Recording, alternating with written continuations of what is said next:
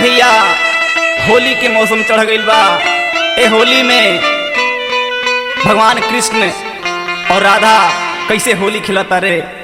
हम विनोद व्यास रुआ लोग के बीच गा के सुनावतानी। आशा नहीं पूर्ण विश्वास बा कि रुआ लोग के प्यार दुला आशीर्वाद मिली।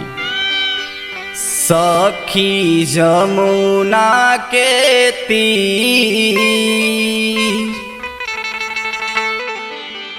होली खेले ले कन्हैया।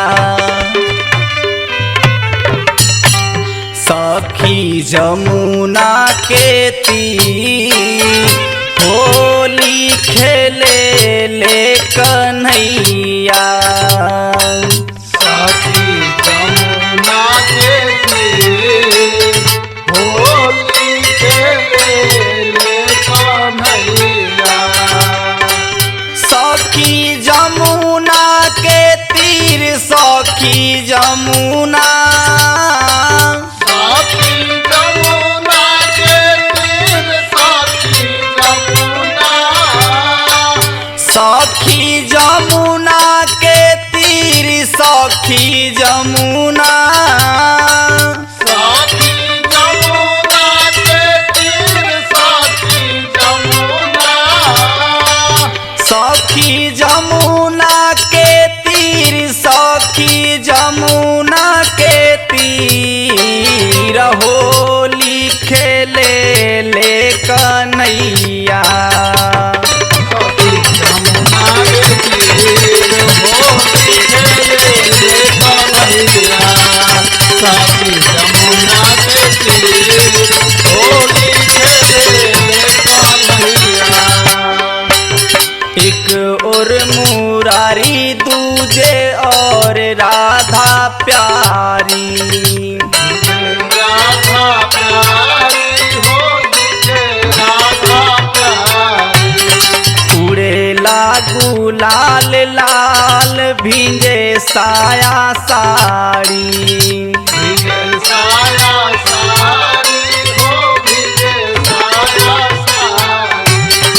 एक और मुरारी दूजे और राधा प्यारी। उड़ेला गुलाल लाल भींजे साया साड़ी। आहो उमड़ेला जमुना के नीर हो। ए हो उमरे यमुना के तीर हो। आहो उमड़ेला जमुना के नीर होली खेले ले कन्हैया। सखी जमुना के तीर होली खेले ले कन्हैया। सखी जमुना के तीर होली खेले ले कन्हैया। सखी जमुना के तीर होली खेले ले कन्हैया। सखी जमुना के तीर होली खेले ले कन्हैया। धरती गगना भी रंग से रंगैले। रंग से रंगैले हो रंग से रंगैले। देवलोक से देवता भी रंग बरसैले। रंग बरसैले हो रंग बरसैले। धरती गगना भी रंग से रंगैले। देवलोक से देवता भी रंग बरसैले। खुशबू लुटावता समीर हो। हो खुशबू लुटावता समीर हो। आहो खुशबू लुटावता समीर होली खेले ले कन्हैया। सखी जमुना के तीर होली खेले ले कन्हैया। सखी जमुना के तीर होली खेले ले कन्हैया। सखी जमुना के तीर होली खेले ले कन्हैया। चढ़ते बसंत ऋतु सरसो फुलैले। सरसो फुलैले हो सरसो फुलैले। देवकांत विनोद मने मन अगरैले। मन रंगैले हो मन रंगैले। चढ़ते बसंत ऋतु सरसो फुलैले। देवकांत विनोद मने मन अगरैले। लइकन के जुटल बाटे भीड़ हो। ए हो